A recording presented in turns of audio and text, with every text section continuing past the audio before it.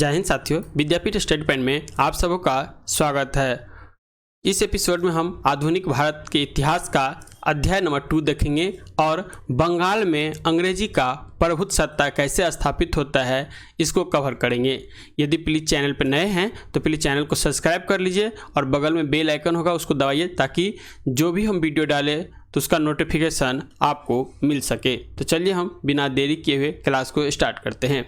तो देखिए इसमें कह रहा है 1717 ईस्वी में मुर्शीद कुली खां बंगाल का सूबेदार या नवाब बना था। इसी समय से व्यवहारिक रूप में स्वतंत्र कार्य करने लगा था। इसने ढाका के स्थान पर मुर्शिदाबाद को अपनी राजधानी बनाई और यह बंगाल का पहला नवाब था जिसने अंग्रेजों द्वारा दस्तक या अधिकार पत्र का दुरुपयोग किया था। तो किसके द्वारा कहा गया है? ये मुर्शीद कुली खां के बारे में कहा गया था। नेक्स्ट पॉइंट जो कह रहा है 1727 ईस्वी में मुर्शीद कुली खां की मृत्यु के बाद शुजा-उद-दौला बंगाल का नवाब बना। यह अत्यंत न्यायप्रिय नवाब था जो कि 1732 ईस्वी में अली वर्दी खां को बिहार का जो है उप सूबेदार नियुक्त किया। तो यह याद रखिएगा, शुजा-उद-दौला जो बना था ये 1732 ईस्वी में बिहार का उप सूबेदार अली वर्दी खां को नियुक्त किया था। नेक्स्ट पॉइंट कर है 1739 ईस्वी में शुजा-उद-दौला की मृत्यु के बाद इसका पुत्र सरफराज खां नवाब बना और इसके समय में 1740 ईस्वी में जो है अली वर्दी खां ने विद्रोह कर दिया और इसी विद्रोह में सरफराज खां मारा गया और अली वर्दी खां जो है बंगाल का नवाब बन गया। इसके बाद आता है अली वर्दी खां का शासनकाल जो कि 1740 से लेकर 56 तक रहता है।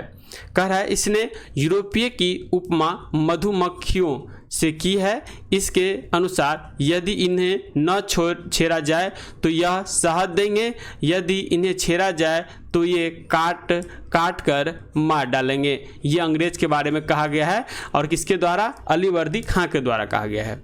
नेक्स्ट पॉइंट कर रहा है अली वर्दी खां के कोई पुत्र न होने के कारण इसने अपनी सबसे छोटी पुत्री के पुत्र सिराजुद्दौला को अपना अधिकारी नियुक्त कर दिया था। अली वर्दी खां का कोई पुत्र नहीं होने के कारण इसकी सबसे छोटी पुत्री थी और उसका जो पुत्र था सिराजुद्दौला उसको उत्तराधिकारी नियुक्त किया। अब आता है सिराजुद्दौला का काल जो कि 1756 से 57 ईस्वी तक रहता है। सिराजुद्दौला का अंग्रेजों के साथ संबंध बिगड़ गए क्योंकि अंग्रेजों ने नवाब के शत्रुओं का शरण दे रखी थी और नवाब के मना करने के बावजूद भी बस्तियों का दुर्गीकरण कर रहे थे। कौन? अंग्रेज। और अंग्रेज के साथ इसका जो है संबंध काफ़ी बिगड़ते जा रहा था। नेक्स्ट पॉइंट कह रहा है इसी के कारण सिराजुद्दौला रुष्ट हो गया और 15 जून 1756 ईस्वी को नवाब कलकत्ता स्थित फोर्ट विलियम पर आक्रमण कर दिया। 5 दिनों के युद्ध के बाद 20 जून 1756 ईस्वी को जो है फोर्ट विलियम पर अधिकार कर लिया और अंग्रेज भागकर फुल्टा नामक टाबुक में शरण ले लिया। ये किसके बारे में कह रहा है? सिराजुद्दौला के बारे में। ठीक है, इसके बाद देखिए सिराजुद्दौला के काल में ही काल कोठी की घटना घटती है जो कि 20 जून 1756 ईस्वी को ये घटना घटती है और इस घटना का उल्लेख एक अंग्रेजी अधिकारी हॉलवेल ने किया था। हॉलवेल के अनुसार 20 जून की रात्रि को नवाब ने 146 अंग्रेज बंदियों को एक कोठी में बंद कर दिया और इसमें दूसरे दिन 123 अंग्रेज की मृत्यु हो गई और हॉलवेल सहित 23 अंग्रेज जीवित बचे थे। जिस हॉल में बंद किया था उसमें टोटल 146 अंग्रेज को बंद किया था और इसमें हॉलवेल भी शामिल था। हॉलवेल सहित जो है 23 जो अंग्रेज था ये बच गया और 123 अंग्रेज की मृत्यु हो जाती है।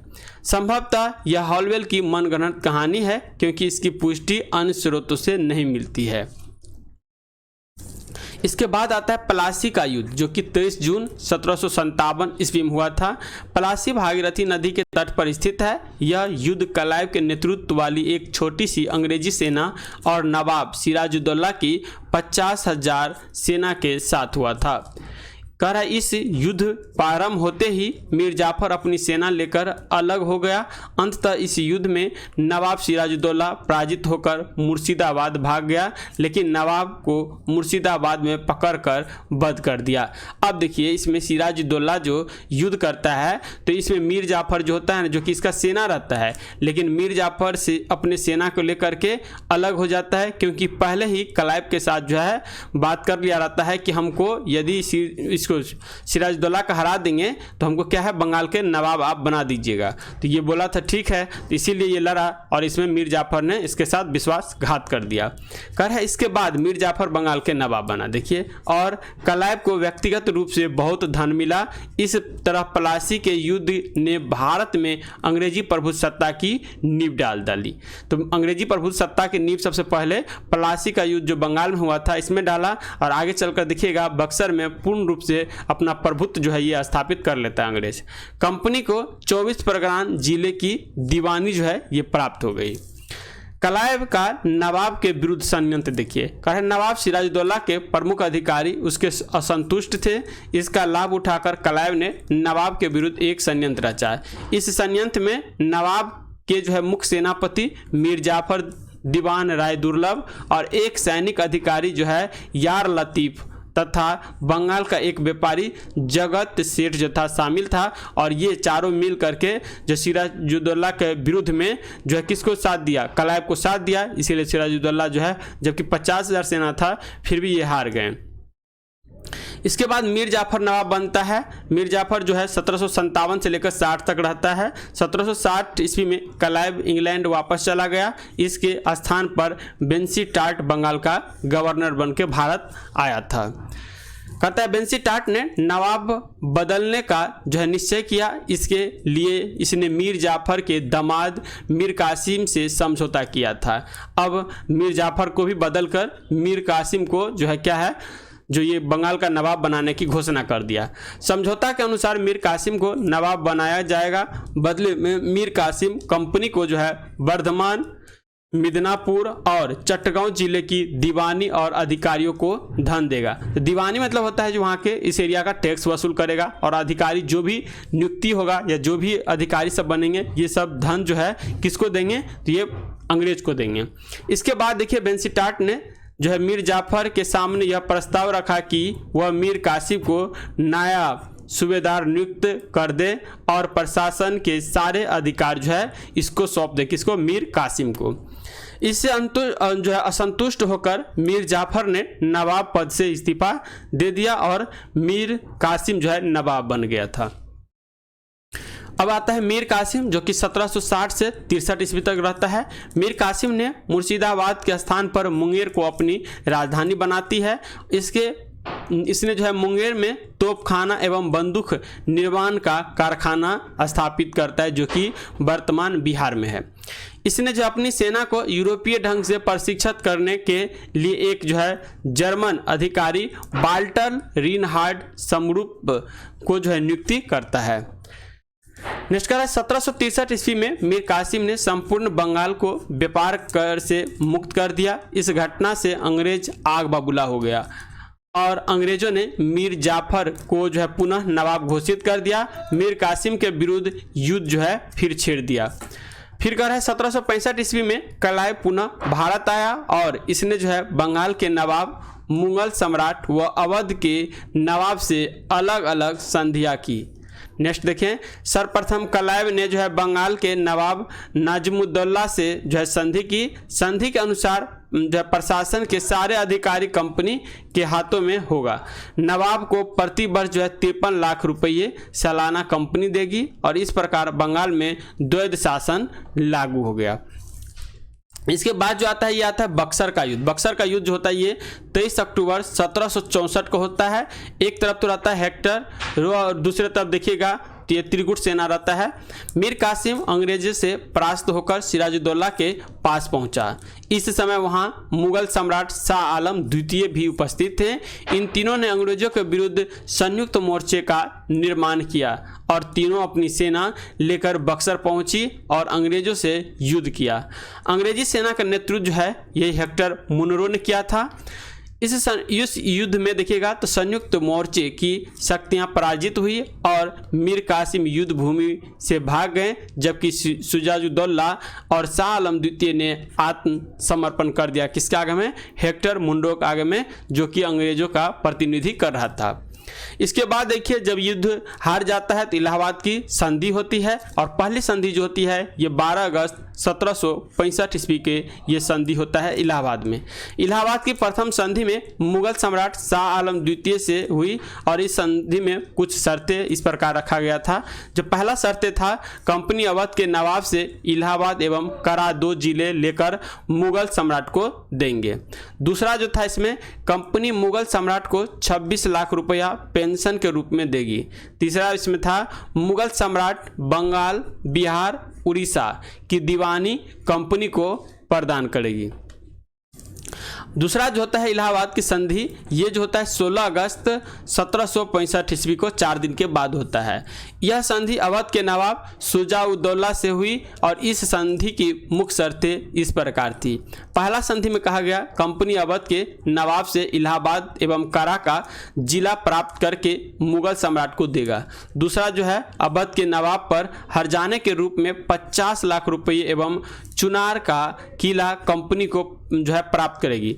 तीसरा जो कहा गया था, कंपनी को अवध में कर मुक्त व्यापार करने का अधिकार होगा। और चौथा जो शर्त था, अवध की सुरक्षा के लिए अवध में एक अंग्रेजी सेना रखी जाएगी, जिसका खर्च जो है अवध का नवाब देगा। कह रहे 1765 या 1772 ईस्वी तक बंगाल में द्वैत शासन चलता रहा। 1773 में वारेन हेस्टिंग बंगाल का गवर्नर बनकर आया, और इसमें द्वैत शासन को समाप्त कर बंगाल में कंपनी का शासन स्थापित किया। तो ये पढ़िएगा पॉलिटी में। पॉलिटी में हम अभी चैप्टर जो स्टार्ट किए हैं इसमें इसके बारे में देखे हैं। जो 1772 के बाद जो है 1773 का रेगुलेटिंग एक्ट आता है, और इसी रेगुलेटिंग एक्ट में द्वैत शासन को समाप्त करके जो है बंगाल का गवर्नर बन के वारेन हेस्टिंग एस्टैब्लिश हो जाता है। फिर आता है आंग्ल मैसूर संघर्ष। क्या है आंग्ल मैसूर संघर्ष? इसमें देखिएगा तो 18वीं शताब्दी में मध्य में मैसूर में चिक्का कृष्णराज नामक शासक शासन कर रहा था, लेकिन वास्तविक शक्ति जो है नंदराज के हाथों में थी। इसी समय मैसूर की सेना में हैदर अली नामक एक व्यक्ति सिपाही के रूप में भर्ती हुआ, जो एक दिन मैसूर का शासक बना था। हैदर अली का जन्म देखिए 1721 ईस्वी में बूढ़ी कोडा नामक स्थान पर हुआ था। इसके पिता जो हैं फतेह मोहम्मद मैसूर की सेना में एक सिपाही थे, जो एक युद्ध में मारे गए। बड़ा होने पर हैदर अली मैसूर की सेना में भर्ती हुआ। नेक्स्ट कह रहा है हैदर अली अपने गुण और योग्यता के कारण 1755 ईस्वी में डिंडीगुल का फौजदार नियुक्त हुआ। डिंडीगुल के फौजदारी के रूप में फ्रांसीसियों के सहयोग से एक आधुनिक शस्त्रागार का भी स्थापना किया। जो हैदर अली किसके सहयोग से? तो फ्रांसीसी के सहयोग से। और यही देखिए आगे चल के इसके जान के जपाल हो जाएगा, और फिर अंग्रेज से युद्ध करना पड़ता है। फिर देखिए 1759 ईस्वी में मराठों ने जो है मैसूर पर आक्रमण किया। हैदर के नेतृत्व में मैसूर की सेना मराठों को पराजित कर मैसूर से बाहर खदेड़ दिया। फिर देखिए 1760 ईस्वी में चिक्का कृष्णराज की मृत्यु के बाद हैदर अली मैसूर का स्वतंत्र शासक बन गया। अंग्रेज प्रारंभ से ही हैदर को अपना शत्रु मानते थे, क्योंकि हैदर ने जो है अपने उत्कर्ष में फ्रांसीसियों की मदद ली थी। यही चीज़ बोले, फ्रांसीसी क्या है? जो हैदर की मदद करने लगा, और यही जो है अंग्रेज के आंख में खटक रहा था। इसी कारण जो है अंग्रेज जो है हैदर अली से युद्ध करना स्टार्ट कर दिया। और ये देखिए अंग्रेज से मिलके मराठा जो है अंग्रेज से मिला हुआ रहता है, और इधर फ्रांसीसी जो है मैसूर से मिला रहता है। तो प्रथम आंग्ल मैसूर युद्ध देखिए, जो कि 1767 से जो है 69 ईस्वी के बीच में होता है। इस युद्ध का मुख्य कारण मद्रास की अंग्रेजी सरकार तथा मैसूर के बीच कर्नाटक का सीमा विवाद था। सर्वप्रथम 1767 ईस्वी में जो है जोसेफ स्मिथ के नेतृत्व में अंग्रेजी सेना ने मैसूर में आक्रमण किया। प्रारंभ में हैदर जो है पराजित हुआ, लेकिन बाद में इसने अंग्रेजी सेना को पराजित कर मद्रास तक पीछा करते हुए आया। अंततः अंग्रेजों ने जो है संधि की याचना की, परिणामतः मद्रास की संधि होता है। तो याद रखिएगा, पहला जो आपका आंग्ल मैसूर युद्ध होता है ये मद्रास के संधि से समाप्त होता है। मद्रास की संधि में जो इम्पोर्टेंट फैक्ट था इसको देख लीजिए, जो कि 1769 ईस्वी में होता है। यह संधि हैदर अली और मद्रास की अंग्रेजी सरकार के बीच हुई थी। इनमें कुछ शर्तें थी। पहला शर्त देखिए, एक दूसरे के जीते हुए क्षेत्र को एक दूसरे को वापस किए जाए। दूसरा था हैदर अली अंग्रेजी बंदियों को रिहा करेगा। तीसरा जो था, अंग्रेज हैदर अली को युद्ध का हर्जाना देंगे। कहा इस युद्ध में अंग्रेजों की जो है अजयता को समाप्त कर दिया। नेक्स्ट हुआ था द्वितीय आंग्ल मैसूर युद्ध। इसमें 1780 से 1784 ईस्वी तक चला था और इस युद्ध का मुख्य कारण अंग्रेजों ने फ्रांसीसी बंदरगाहों माही पर अधिकार कर लिया, जो हैदर अली के राज्य के अंतर्गत था। इस घटना से हैदर अली अंग्रेजों से नाराज हो गए और अंग्रेजों के मित्र राज्य कर्नाटक पर जो है आक्रमण कर दिया। नेक्स्ट है, कर्नाटक के नवाब मोहम्मद अली हैदर के विरुद्ध अंग्रेज से सहायता मांगी। अंग्रेज ने दोनों सेनापतियों के नेतृत्व में 2 अलग अलग सेना कर्नाटक भेजी। रास्ते में हैदर के पुत्र टीपू ने जो है हेक्टर मुंडो की नेतृत्व वाली अंग्रेजी सेना को रोककर युद्ध करने लगा, जिससे एक सेना कर्नाटक जो है पहुंच सकी। देखिए परिणाम स्वरूप जो होता है, अरहिंद में हैदर ने कर्नल बेली के नेतृत्व वाली अंग्रेजी सेना को पराजित किया। 1782 ईस्वी में अंग्रेजों ने आयरकुट के नेतृत्व में एक सेना मैसूर पर आक्रमण किया और पोर्ट नोवा के युद्ध में हैदर अली पराजित किया गया। युद्ध में घायल होने के बाद हैदर की मृत्यु हो जाती है। हैदर की मृत्यु के बाद उसका पुत्र टीपू मैसूर का शासक बना। इसने युद्ध को जारी रखा और 1783 ईस्वी में इसने ब्रिगेडियर मैथ्यूज के नेतृत्व में अंग्रेजी सेना को पराजित किया। लेकिन इसी समय यूरोप में एक संधि के कारण फ्रांसीसी ने जो है टीपू का साथ छोड़ दिया और टीपू ने जो है अंग्रेजों से एक संधि कर ली।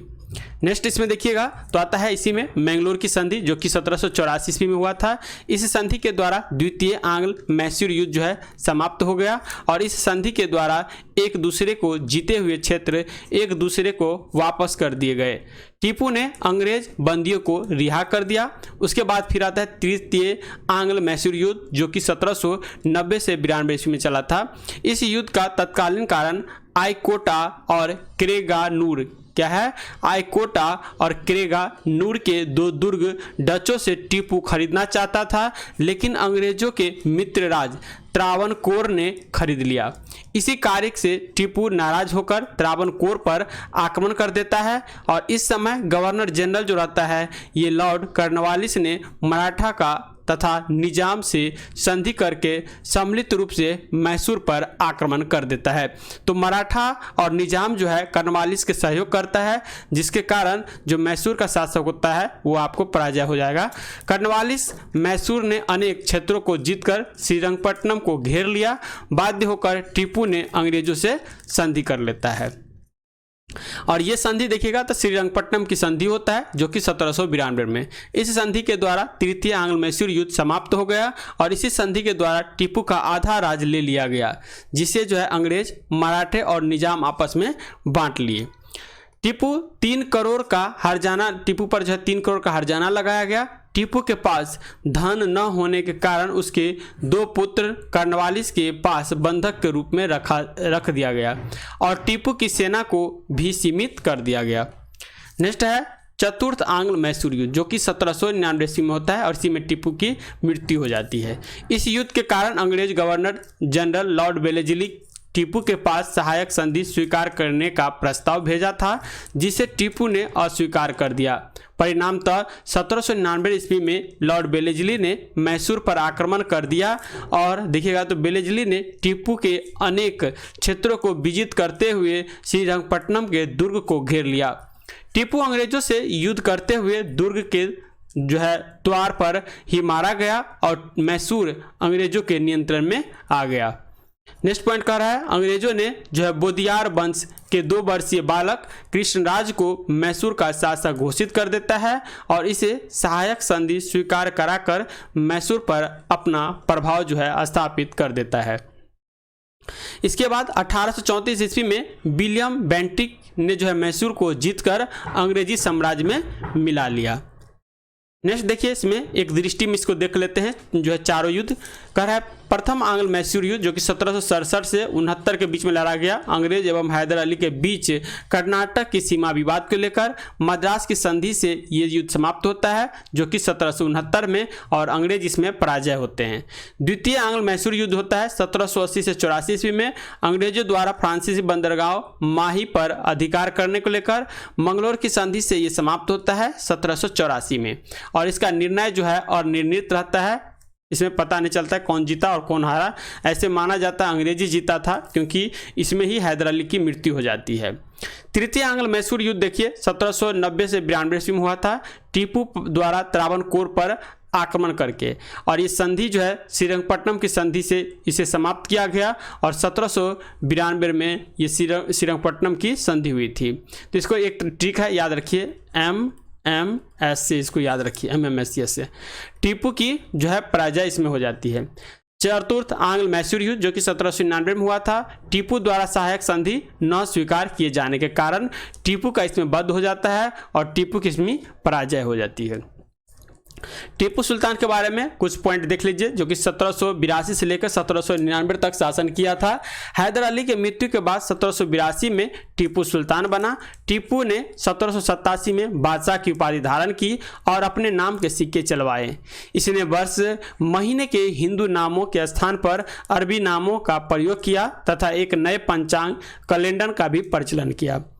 फ्रांसीसी क्रांति के फलस्वरूप जब कुछ फ्रांसीसी सैनिक ने श्रीरंगपट्टनम में जैकोबिन क्लब बनाने का प्रस्ताव किया तो इसे सहर्ष स्वीकार किया, और इसे जैकोबिन क्लब का सदस्य भी ये बनता है। यह स्वयं जैकोबिन क्लब का सदस्य बना और अपने आप को जो है नागरिक टीपू कहलाने लगा।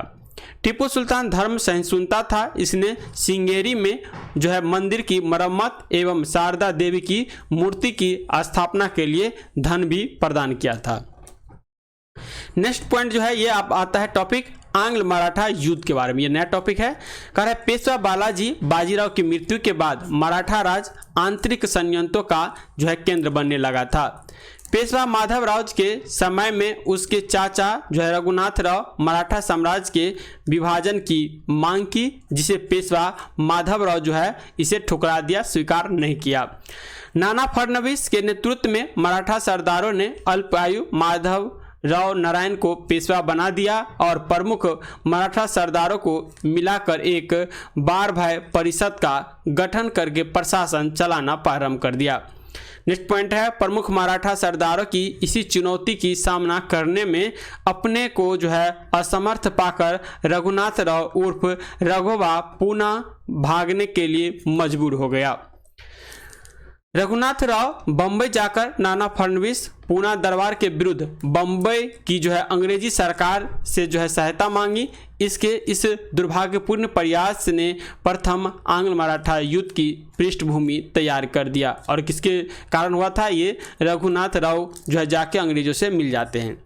बम्बई के अंग्रेजी सरकार रघुनाथ राव को पेशवा बनाने के लिए सूरत की संधि की, और यही संधि जो है जो मराठा का प्रथम युद्ध का पृष्ठभूमि तैयार करता है। प्रथम आंग्ल मराठा युद्ध जो है 1775 से 1782 में हुआ था। सूरत की संधि के अनुसार कर्नल किटिंग के नेतृत्व में एक अंग्रेजी सेना सूरत पहुंची थी।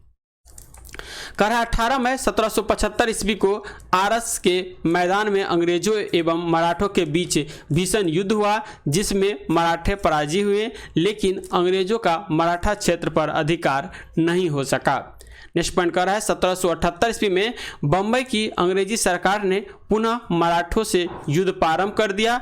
वारेन हेस्टिंग ने भी बंगाल से एक सेना इनकी सहायता के लिए भेज दिया। नेक्स्ट पॉइंट कर रहा है तेलगांव के युद्ध में बम्बई की अंग्रेजी सेना जो है मराठों से पराजित हो गई थी। इसके बाद आता है परिणाम स्वरूप 1779 में बारगांव की संधि हुई, और बारगांव की संधि के बाद जो है ये युद्ध समाप्त हो जाता है। सालवाई की संधि देखिए, ये आपको 17 मई 1782 को हुआ था। यह संधि पूना दरबार एवं अंग्रेजों के बीच में हुई थी। इसके द्वारा प्रथम आंग्ल मराठा युद्ध समाप्त हुआ। मुख्य शर्त इसमें रखा गया था, पहला देखिए तो सेलसेट द्वीप एवं थाने का दुर्ग अंग्रेजों को दे दिया जाएगा। दूसरा जो कहा गया, अंग्रेज रघुनाथ राव का साथ छोड़ देंगे। नेक्स्ट कहा गया रघुनाथ राव पर खर्च की गई राशि 12 लाख रुपये पूना दरबार अंग्रेज को देगा। चौथा जो कहा गया था रघोबा को 3.5 लाख रुपये वार्षिक पेंशन दी जाएगी।